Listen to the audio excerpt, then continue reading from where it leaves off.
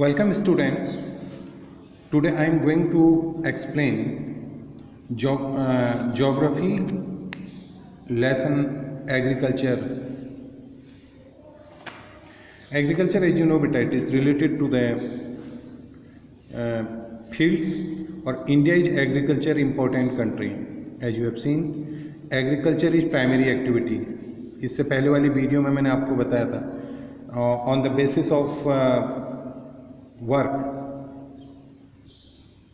these are categorized in three categories: primary, secondary and tertiary. So agriculture is in primary activity. Agriculture is primitive, which produce most of the goods we consume. Beside food grains, it also produce material for various industry. ठीक है.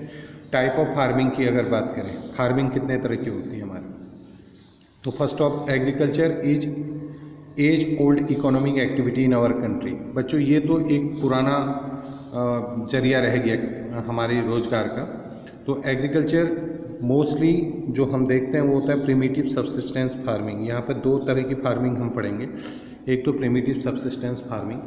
तो इसमें क्या होता है, this type of farming still practised in few pockets of India. कहीं कहीं पर ये अभी भी है. Primitive subsistence agriculture is practised in small patches of the land with the help of primitive tools. अभी इसको नोट कर लेना. इसमें ये प्रिमिटिव टूल्स की मदद से एक छोटे से फील्ड के टुकड़े पर इसको किया जाता है. और इसमें जैसे प्रिमिटिव टूल्स हैं आपके डोड, daggers, sticks and family community labour.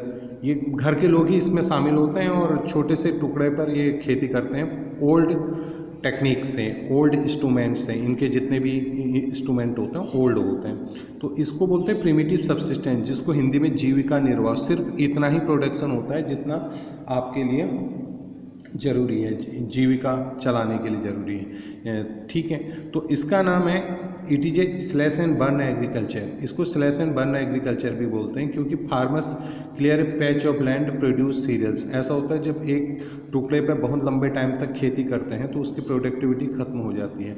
तो वहाँ पर फार्मर क्या करते हैं कि लकड़ी पत्ते वगैरह इकट्ठे करके तो उस पर आग लगा देते हैं और दूसरे पैच पे खेती करते हैं. कुछ समय तक इसी तरह दूसरे पैच पे भी खेती करते हैं और जब उसकी प्रोडक्टिविटी ख़त्म हो जाती है तो उस पर भी इसी तरह आग लगा के दूसरी पुराने वाले पे आ जाते हैं. तो यही पैटर्न चलता रहता है. इसको इसलिए स्लैश एंड बर्न मेथड भी बोला जाता है. ठीक है.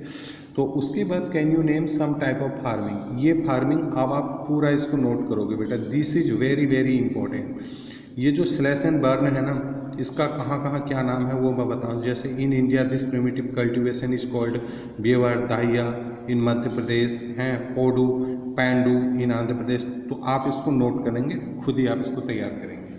उसके बाद सेकंड जो फार्मिंग आती है वो आती है इंटेंसिव सब्सिस्टेंस फार्मिंग.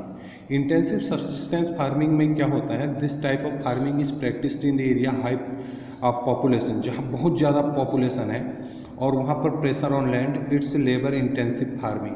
तो इसको मॉडर्न फार्मिंग का भी एक दर्जा हम दे सकते हैं, क्योंकि इसमें जो भी प्रोडक्शन होता है मॉडर्न टेक्निक से होता है. ठीक है. Right inheritance the division of land among successive generation has rendered and holding. तो क्यों इसमें क्या हो गया बच्चों, जैसे जैसे हमारे बाप दादा से लैंड ट्रांसफ़र होते आई, हमारे पास तक पहुंचने में वो बहुत कम रह जाती है. तो और उस बहुत कम लैंड पे हमने बहुत ज़्यादा लोगों के लिए प्रोडक्शन करना होता है, क्योंकि पॉपुलेशन बढ़ जाती है और लैंड घट जाती है. तो ऐसे में हम वहाँ पर मॉडर्न टेक्निक्स के माध्यम से छोटे से पैच पे अधिक से अधिक प्रोडक्शन करते हैं. ठीक है. तो इसलिए इसको इंटेंसिव सब्सिस्टेंस फार्मिंग बोला जाता है. उसके बाद नेक्स्ट आता है कॉमर्शियल फार्मिंग. बच्चों, ये कॉमर्शियल फार्मिंग क्या होता है, it is the main characters. This type of farming is use higher doses of modern inputs. ठीक है. इन पे कॉमर्शियल फार्मिंग के लिए हम लोग जैसे HYB seeds, chemical fertiliser, insecticide, pesticide, इन सब का इस्तेमाल करके ज़्यादा से ज़्यादा प्रोडक्शन करते हैं. और जैसा आप कॉमर्शियल शब्द से ही सुनते हो कि इसका सिर्फ एंड सिर्फ यूज हम बेचकर पैसा कमाने के लिए करते हैं. ठीक है. Plantation is also a type of commercial farming. एक आता है प्लांटेशन फार्मिंग, इसको भी नोट करना. ये कॉमर्शियल के बाद प्लांटेशन है, तो प्लांटेशन भी एक टाइप का कॉमर्शियल फार्मिंग है।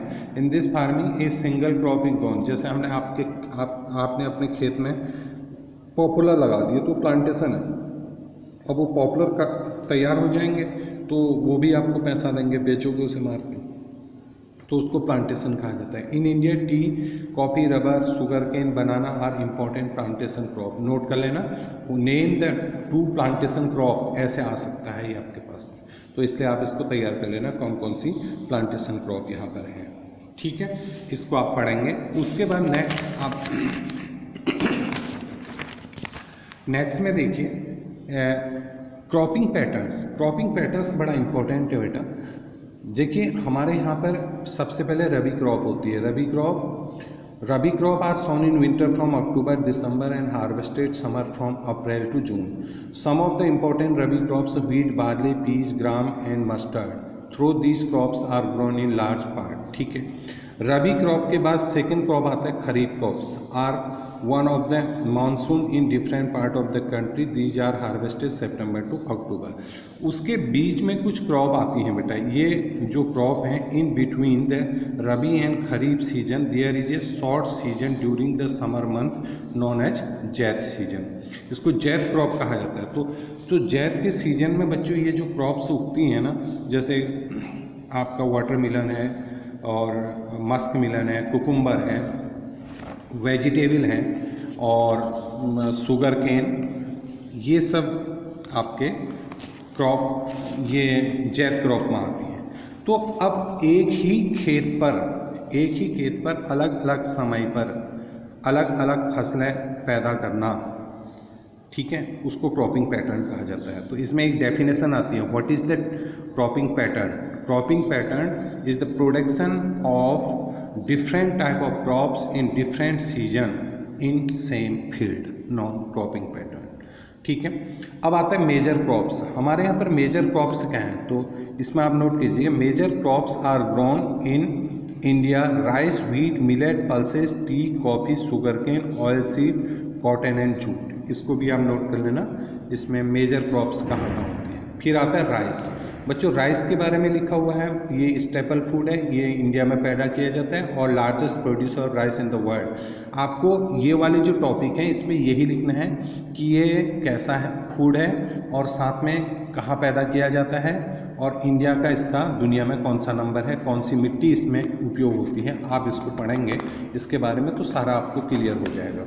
उसके बाद नेक्स्ट आता है व्हीट के बारे में भी बच्चों आपको यही पढ़ना है कि second most important cereal crops है ना, नॉर्थ कहाँ इसको उगाया जाता है मैप में, और इसको कितने, हाँ एक जरूर आता है इसमें ये पूछा जाता है कि व्हीट के लिए हमें कितने सेंटीमीटर पानी की ज़रूरत होती है। बच्चों ये चीज़ आप, और कभी कभी ये भी पूछा जाता है कि किस तरह की मिट्टी में व्हीट उगाया जाता है और कब से कब तक उगाया जाता है। तो इस टाइप की प्रॉब्लम जो है इस चैप्टर इस टॉपिक को आप पढ़ेंगे तो आपको क्लियर हो जाएगा और कहाँ कहाँ उगाया जाता है समझ में आ गया। ये सब कुछ आप इस पैटर्न के अंदर क्लियर कर लेंगे। जैसे इसमें यहाँ पे लिखा गया है, bajra grow well on sandy soil and shallow black soil. Major bajra producing state are Rajasthan, Uttar Pradesh, Maharashtra. तो इसी टाइप से व्हीट के बारे में भी आप पढ़ेंगे और इसमें बहुत सारे क्वेश्चन आपके बनेंगे। ठीक है, उसके बाद मेज के बारे में आता है। ये मेज जो है आपका खरीफ क्रॉप में आएगा। Crop used as a fodder, kharif crops on which temperature between 21 degree. Temperature भी नोट करना है, मिट्टी भी नोट करनी है, स्टेट भी नोट करने हैं, तो ये सब कुछ यहाँ पे नोट करना है। उसके बाद नेक्स्ट आता है पल्सेज। पल्सेज में क्या आता है, India largest producer as well as consumer of pulses in the world. These are the major source of protein. जो दालें होती हैं बेटा वो प्रोटीन का बहुत इंपॉर्टेंट सोर्स होती हैं। Major pulses are grown in India, tur, urad, मूंग, मसूर, पीच एंड ग्राम। इसमें ग्राम का भी उपयोग है, तो आप इसको एक बार खुद आप इसकी स्टडी करेंगे। पल्सेज, फिर मैंने आपको बताया पल्सेज कौन सी पल्सेज कहाँ कहाँ ये पैदा होती हैं, इनके इम्पोर्टेंट हमने आपको बता दिए कि these are these pulses provide proteins which is essential for our body building. Food crops other than grain. अनाज के अलावा जो दूसरी फूड क्रॉप्स हैं हमारे यहाँ शुगर केन।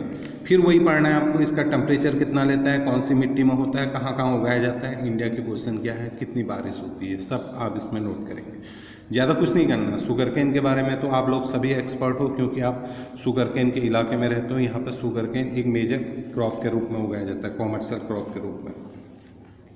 उसके बाद ऑयल सीड, जिससे आपको तेल मिलता है। यहाँ पर ground nut world in the China in respect of producing, India was third largest producer in the world after Canada and China. ये ऑयल सीड में भी हम लोग बहुत आगे हैं। तो ऑयल सीड में कौन कौन से ऑयल सीड यहाँ पर ग्रो किए जाते हैं, ठीक है, उसके बारे में आप इस टॉपिक को पढ़ेंगे तो अपने आप क्लियर हो जाएगा।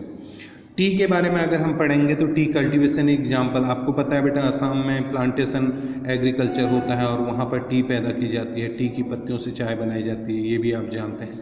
उसमें छोटे छोटे बच्चे और महिलाएं उस काम को करती हैं, ठीक है। और ये टी प्रोड्यूसिंग वाले चैप्टर को भी टॉपिक को आप पढ़ेंगे। उसके नेक्स्ट में आता है कॉफ़ी। कॉफ़ी तो आपको पता है producing 3.5% of the world coffee production. India coffee is non world it is a good quality. India की कॉफ़ी आपको पता है सबसे टॉप है वर्ल्ड में। तो इसके बारे में आप कहाँ कहाँ ये कॉफ़ी इस तरह की उगाई जाती है, तो इस चीज़ को आप इसमें नोट कर लेंगे। इनमें से बहुत सारे क्वेश्चन आपके पास आएंगे। उसके बाद हॉर्टिकल्चर क्रॉप्स। बच्चों एक चीज़ मैं आपको बताऊं, यहाँ पे एग्रीकल्चर और हॉर्टिकल्चर दोनों होते हैं। हॉर्टिकल्चर में क्या होता है बेटा, बागवानी, कभी कंफ्यूजन हो। Second largest produce fruit and vegetable. Fruit and vegetable के बारे में, फ्रूट एंड वेजिटेबल जिस साइंस के अंदर आती हैं उसको हॉर्टिकल्चर कहा जाता है। हॉर्टिकल्चर का मतलब होता है बागवानी विज्ञान, ठीक है बच्चों। उसके बाद नेक्स्ट आता है, अब आपको इन फ्रूट्स के बारे में पता है कि कौन से फ्रूट कहाँ कहाँ उगाए जाते हैं, और ये सब हॉर्टिकल्चर के अंदर आते हैं। तो हमारे यहाँ पे अगर वेजिटेबल की बात करें तो India produce 13% of the world vegetable. It important producer P, cauliflower, onion, cabbage, tomato, brinjal and potato, ठीक है। तो इसको आप पढ़ेंगे, हॉर्टिकल्चर को आप क्लियर करेंगे। उसके बाद जो नेक्स्ट आता है बच्चों, कुछ तो होती है फूड क्रॉप जिनको हम खाते पीते हैं, लेकिन कुछ होती है नॉन फूड। जैसे आपका कॉटन है, कॉटन एक नॉन फूड क्रॉप है बच्चों। इसमें रबर है, रबर भी एक नॉन फूड, क्योंकि हम उसको उगाते तो हैं, उससे हम रॉ मटेरियल के तौर पर उससे सामान बनाते हैं, लेकिन उसको हम खाते नहीं हैं, बिल्कुल भी यूज़ नहीं करते हैं उसका, तो इसलिए उसको नॉन फूड क्रॉप कहा जाता है। अब क्वेश्चन ये भी आ सकता है कि नॉन फूड क्रॉप कौन कौन सी होती हैं, तो आप उसमें बता सकते हैं कॉटन होती है, रबर होती है, और ये कहाँ कहाँ उगाए जाते हैं और इनका इंडस्ट्रियल यूज क्या है, ये भी आपको इस टॉपिक से पता चल जाएगा। नेक्स्ट में आता है फाइबर क्रॉप्स। फाइबर क्रॉप्स होते हैं रेशेदार, जिनसे रेशे निकलते हैं बच्चों। जैसे कॉटन है, कॉटन से रेशा निकलता है, ठीक है। जूट है, जूट से रेशा निकलता है, और उस रेशे से फिर हम सामान बनाते हैं। नारियल है, नारियल से रेशा निकलता है बच्चों, तो उस रेशे से हम सामान बनाते हैं। तो जो जिनसे cotton, jute, hemp and natural silk, ये सब इनके रेशे की तरह निकलते हैं। और rearing of silk worm from the production called known as sericulture. बच्चों रेशम के कीड़े पालना या रेशम का जो काम होता है वो सेरीकल्चर में होता है, ठीक है। तो ये जो रेशम प्रोड्यूसिंग वर्क होता है सेरीकल्चर में होता है। तो रेशेदार फसलों के नाम बताइए, तो cotton, jute, hemp and natural silk, ये आप बता देना। कॉटन जो होता है ये एक cotton plant is the raw material for cotton textile industry. Cotton के बारे में आप इस कॉटन टेक्सटाइल इंडस्ट्री में इसका क्या यूज है वो आप यहाँ पर पढ़ेंगे, ठीक है। उसके बाद आता है जूट। जूट भी रेशेदार है, लेकिन जूट का दूसरा नाम है बच्चों गोल्डन फाइबर। इसको गोल्डन फाइबर भी कहा जाता है, ठीक है। Are renewed every years, high temperature required for during the time, ठीक है। नेक्स्ट वीडियो में आपको कुछ और बातें मैं बताऊंगा इसके बारे में, टेक्निकल एंड इंस्टीट्यूशनल रिफॉर्म।